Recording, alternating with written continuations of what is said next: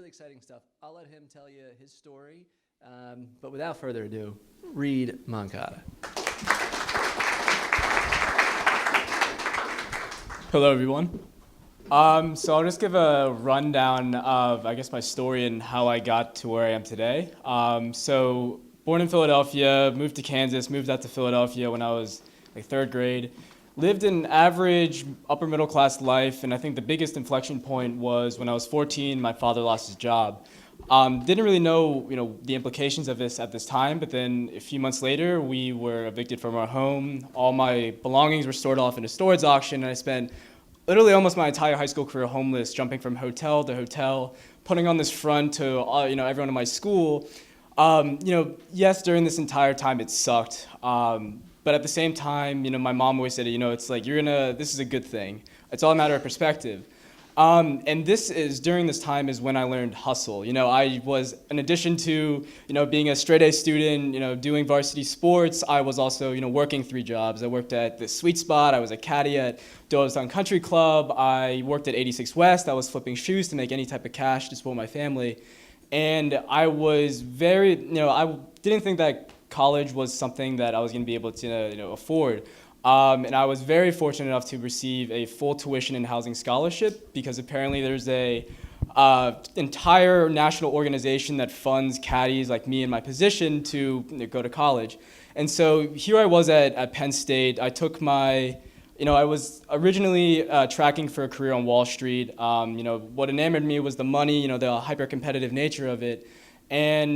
But I took my first entrepreneurship class, and that just completely changed my way of thinking. It was like, how to love learning. And it was funny, right after that class, 2 things came out of that. One, I had a love for learning. After that, I changed my major to finance, to a double major in finance and economics and a triple minor in Chinese entrepreneurship and astronomy.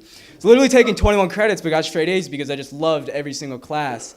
But the biggest thing was someone brought up the idea of laundry delivery.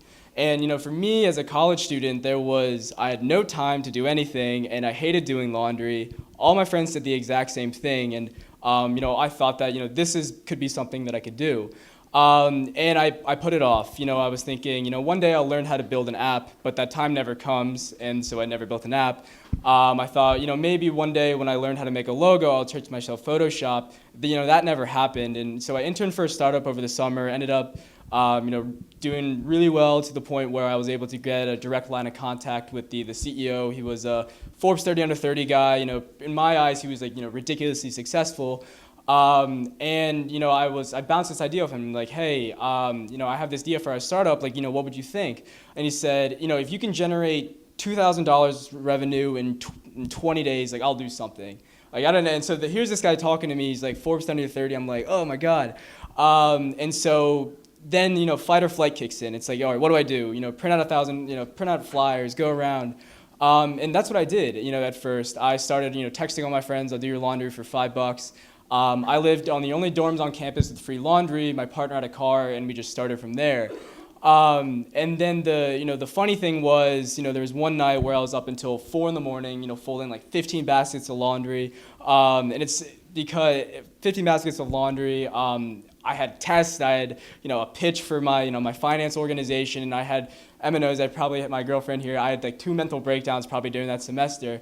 And so, the next point was, all right, I don't want to be doing this for the rest of I don't want to be doing the laundry. And, if you work on the economics of it, I have to be folding, 100 baskets of laundry to make, $100.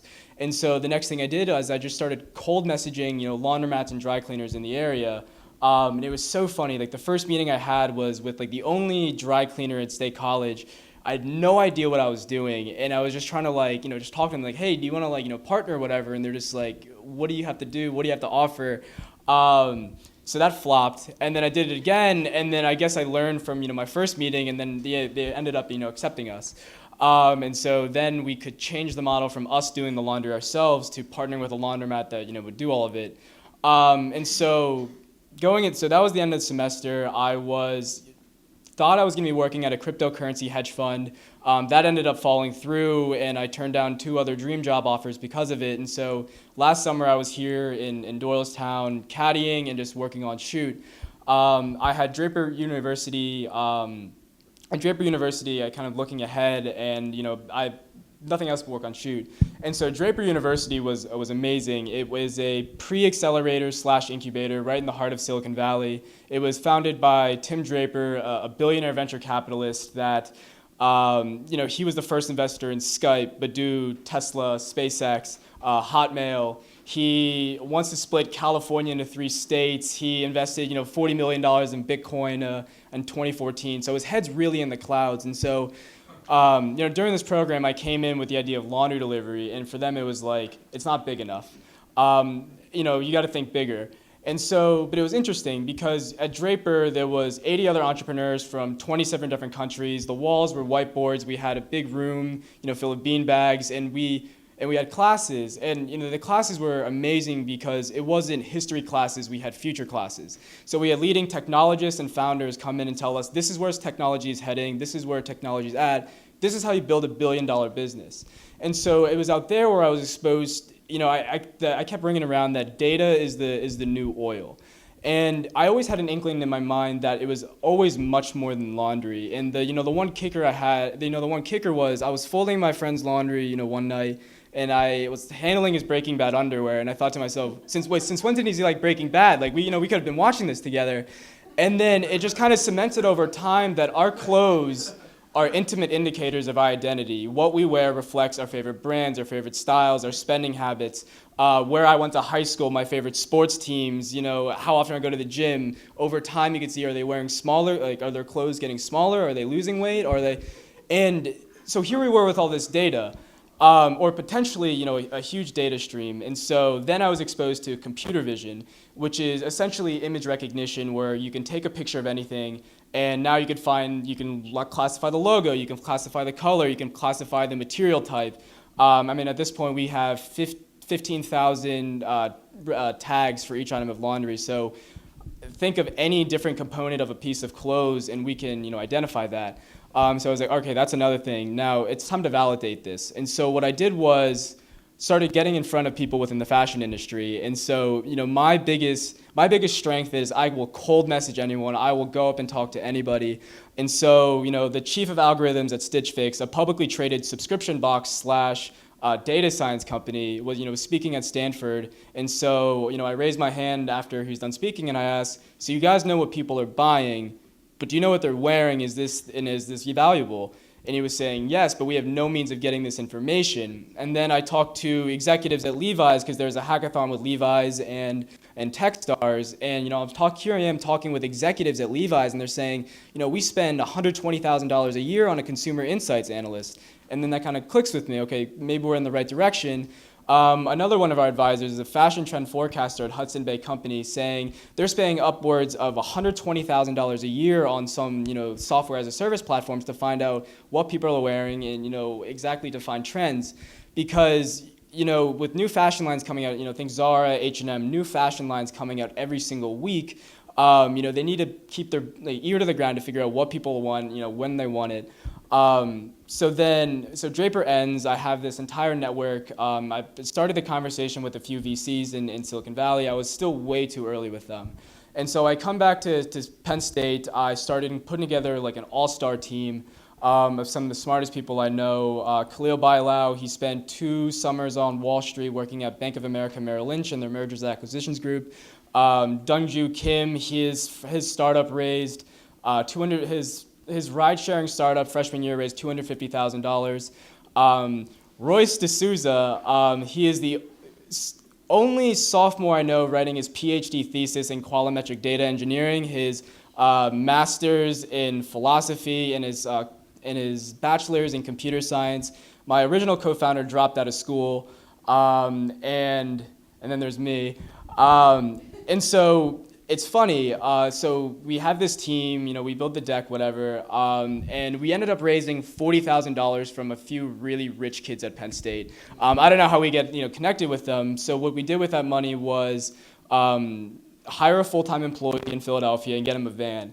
And the first hire we had, he graduated from UPenn, worked at a laundry delivery service for about 6 years in Philadelphia, So it was just ridiculously serendipitous. And so, we met with this guy, and I knew right off the bat he's going to help us grow in Philadelphia. And then it was just kind of the whole fundraising process. And it was a lot of guerrilla marketing, growing the name out in State College. And then later, so here we have this idea, we're cementing and verifying and validating the idea over time. And then 2 months ago, we were accepted into XRC Labs, which is a fashion and consumer retail accelerator based out of the Parsons School of Designs. They funded us a little over $100,000, which is incredible. Which is incredible just thinking about it now. It's still ridiculously crazy.